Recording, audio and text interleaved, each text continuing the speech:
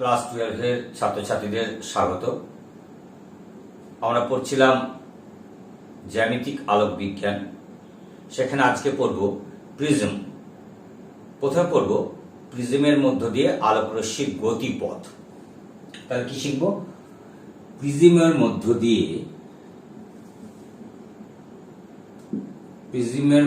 দিয়ে আলোক রশ্মির গতিপথ। এটা বলার আগে একটু ব্যাক করি। প্রিজম হচ্ছে 5টি তল বিশিষ্ট। এরকম দেখা যাচ্ছে, এই 5টা তল আছে। 3টে আয়তাকার তল, একটা আয়তাকার তল, একটা আয়তাকার তল, একটা আয়তাকার তল, আর 2টো ত্রিভুজ আকার, এপাশে একটা এপাশে একটা। 3টে আয়তাকার তল এবং 2টো ত্রিভুজাকার তল দ্বারা সীমাবদ্ধ স্বচ্ছ সমসারক প্রতিসারক মাধ্যম হলো প্রিজম। এটা যদি কাটি পিস পিস পিস পিস করি, এইটা যেটা বেরিয়ে আসবে একটা ত্রিভুজ, সেটাকে বলা হচ্ছে প্রধান ছেদ। তো এর উপরে আলোক রশ্মি পড়লো এবং প্রতিসরণের দরুন এখান থেকে বের হলো। প্রিজম কাঁচ নির্মিত প্রিজম, বায়ুতে আছে, তার মানে চারপাশের মাধ্যম লঘুতর। প্রিজমের উপাদান কাঁচ, প্রতিসরাঙ্ক 1.5 অর্থাৎ ঘনতর। সেক্ষেত্রে প্রিজম থেকে নির্গত রশ্মি, এটাকে বলে ভূমি, এটাকে বলে, এই কোণটাকে বলে প্রতিসারক কোণ, এটাকে বলে ভূমি। এই ভূমির দিকে অভিমুখী হয়, মানে ভূমির অভিমুখী হয়। চারপাশের মাধ্যম প্রিজমের উপাদানের প্রতিসরাঙ্কের চাইতে চারপাশের মাধ্যম যদি লঘুতর হয়, তাহলে প্রিজম কর্তৃক নির্গত রশ্মি, প্রতিসৃত রশ্মি প্রিজমের ভূমির দিকে নির্গত হয়। এগুলো আমরা ক্লাস 10-এ পড়েছি। তো সেই জন্য আমরা একটু উপর থেকে শুরু করছি। প্রিজমের মধ্য দিয়ে আলোক রশ্মির গতিপথ, এটাও ক্লাস 10-এ ছিল। এই যেটা আঁকলাম, এটা হচ্ছে প্রিজমের প্রধান ছেদ আঁকলাম, সেকশন, প্রিন্সিপাল সেকশন। চারপাশের মাধ্যম লঘুতর অর্থাৎ বায়ু, এর ক্ষেত্রে কাঁচ নির্মিত প্রিজম। এখন আলোক রশ্মির গতিপথ আঁকার নিয়মটা বলি। এই এবি, এই তলের উপর লম্বটা আগে এঁকেই নাও। এর উপরে রশ্মি, এই আপতিত রশ্মি পি কিউ, এটা বলে আপতন কোণ I1 কিউ বিন্দুতে। লঘু থেকে ঘন হচ্ছে কি?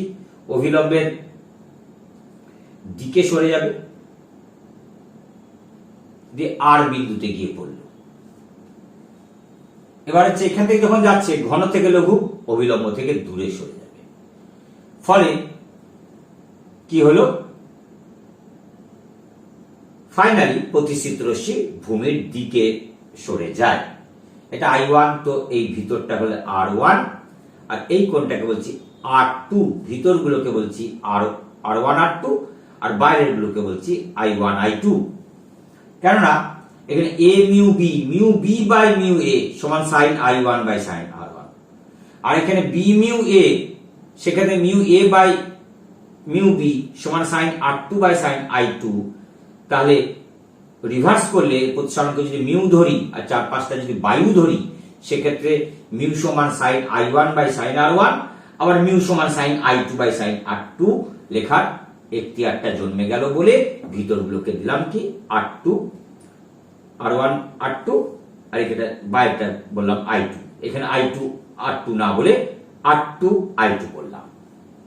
তাহলে এই হলো প্রিজমের মধ্যে দিয়ে আলোক রশ্মির গতিপথ। প্রিজমের মধ্যে দিয়ে আলোক রশ্মির গতিপথ আঁকা হলো। এবার এই রশ্মির চ্যুতি কত হবে? চ্যুতি মানে অরিজিনাল যতটা যেত, যে পথে চলে যেত প্রিজম না থাকলে, আর যেটা গেল তাদের মধ্যবর্তী কোণ যেটা, তাকে বলা হচ্ছে আলোক রশ্মির চ্যুতি। এবার বার করবো যেটা। তাহলে কি লিখবো? ডেসক্রিপশন কি হবে? একটা কোন জিনিসের ডেসক্রিপশন চাই। এবিসি হলো প্রিজমের প্রধান ছেদ, কোণ এ হলো প্রতিসারক কোণ, বিসি হলো ভূমি। পি কিউ আর এস হলো প্রিজমের মধ্য দিয়ে আলোক রশ্মির গতিপথ।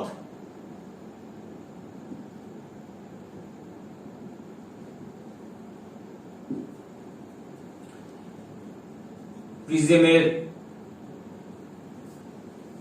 উপাদানের প্রিজমের চারপাশের মাধ্যম, প্রিজমের চতুষ্পার্শ্বস্থ মাধ্যম বা চারপাশের মাধ্যম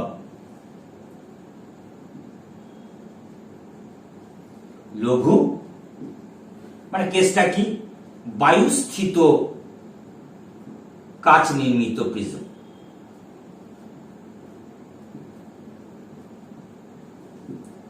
লঘু হলে প্রিজম কর্তৃক প্রতিসৃত রশ্মি ভূমির দিকে যায়। এই হলো একটা ডেসক্রিপশন প্রিজমের মধ্যে দিয়ে আলোক রশ্মির গতিপথ। এবিসি হলো প্রিজমের প্রধান ছেদ, এ হলো প্রতিসারক কোণ, বিসি হলো ভূমি, পি কিউ আর এস হলো প্রিজমের মধ্য দিয়ে আলোক রশ্মির গতিপথ। প্রিজমের চারপাশের মাধ্যম লঘুতর, লঘুতর অর্থাৎ বায়ুস্থিত কাচ নির্মিত প্রিজম বায়ুতে আছে, চারপাশটা বায়ু। এটা হলো ঘন মাধ্যম, প্রিজমের উপাদানটা ঘনতর, 1.5 কাচের প্রতিসরাঙ্ক, তাহলে প্রিজম থেকে নির্গত রশ্মি ভূমির দিকে সরে যায়।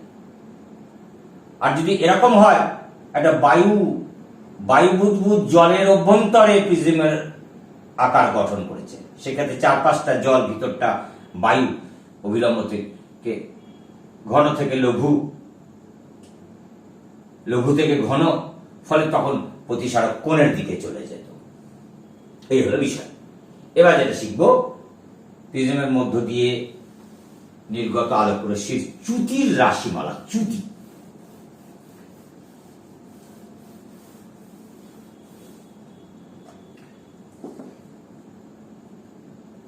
প্রিজমের মধ্য দিয়ে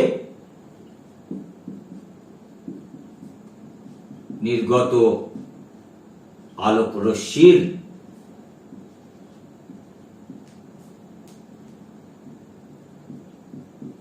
চ্যুতি, এটা বার করব।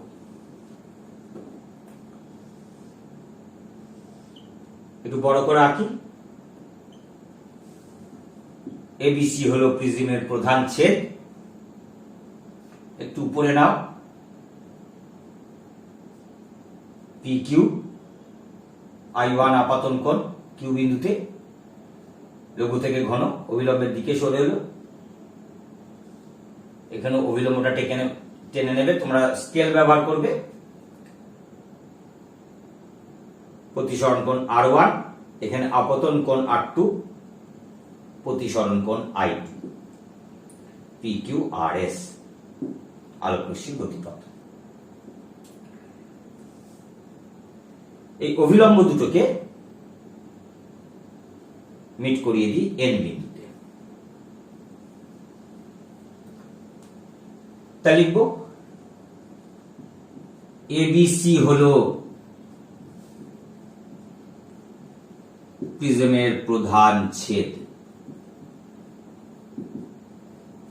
এখানে তোমরা এবিসি প্রিজমের প্রধান ছেদ, পি কিউ আর এস আলোক রশ্মির গতিপথ। এবিসি হলো প্রিজমের প্রধান ছেদ, কোণ এ হলো প্রতিসারক কোণ, বিসি হলো ভূমি। ধরি কাচ নির্মিত প্রিজম বায়ুতে অবস্থিত, অর্থাৎ চারপাশের মাধ্যম লঘুতর। পি কিউ আর এস হল আলোক রশ্মির গতিপথ। কিউ বিন্দুতে আপতন কোণ I1, প্রতিসরণ কোণ R1। আর বিন্দুতে আপতন কোণ উল্টে দিচ্ছি R2, প্রতিসরণ কোণ I2। এখন কিউ বিন্দুতে প্রতিসরণে আলোক রশ্মির চ্যুতি ডেল্টা 1 সমান I1 মাইনাস R1, যেহেতু I1 বড়। আর আর বিন্দুতে প্রতিসরণে আলোক রশ্মির চ্যুতি ডেল্টা 2 সমান এখানে I2 মাইনাস R, I2 বড় হবে। তাহলে আলোক রশ্মির মোট চ্যুতি কত?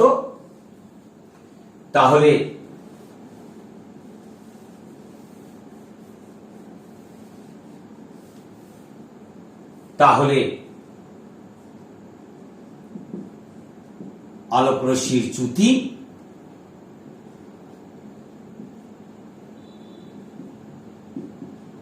ডেল্টা হলে ছোট হাতে ডেল্টা, ডেল্টা সমান ডেল্টা 1 প্লাস ডেল্টা 2, অর্থাৎ ডেল্টা সমান I1 minus R1 plus I2 minus R2, বা ডেল্টা সমান I1 plus I2 bracket minus R1 plus R2। এইটুকু হয়ে গেল।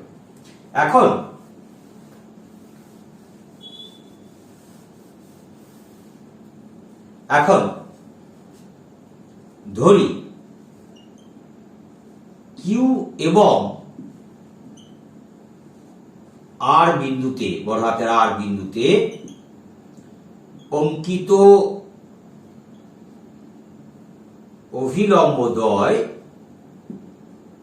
এন বিন্দুতে ছেদ করেছে।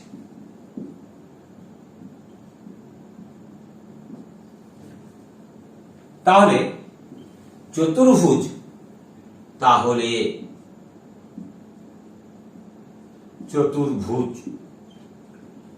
এ কিউ এন আর তে এই কোণটা 90 ডিগ্রি, এই কোণটা 90 ডিগ্রি, দুটো 180 ডিগ্রি হয়ে গেল। এই চার কোণের সমষ্টি হবে 360 ডিগ্রি, দুটো কোণ মিলে 180 ডিগ্রি হয়ে গেছে। তাহলে কোণ এ প্লাস কোণ এন কত হবে? কোণ এ প্লাস কোণ এন 180 ডিগ্রি। 1 নম্বর সমীকরণ। আবার ত্রিভুজ কিউ এন আর তে, এখানে ছোট r1 প্লাস ছোট r2 প্লাস কোণ n, ছোট r1 প্লাস ছোট r2 প্লাস কোণ n সমান ত্রিভুজের তিন কোণের সমষ্টি 180 ডিগ্রি। তাহলে 1 নং আর 2 নং তুলনা করে পাই। 1 নং এবং 2 নং তুলনা করে পাই। চলে যাচ্ছি। তাহলে কোণ এ প্লাস কোণ এন, এই কোণটা প্লাস কোণ এন 180 ডিগ্রি, আর r1 প্লাস r2 প্লাস কোণ এন তারাও 180 ডিগ্রি। তাহলে দুটো তুলনা করলে কি হচ্ছে?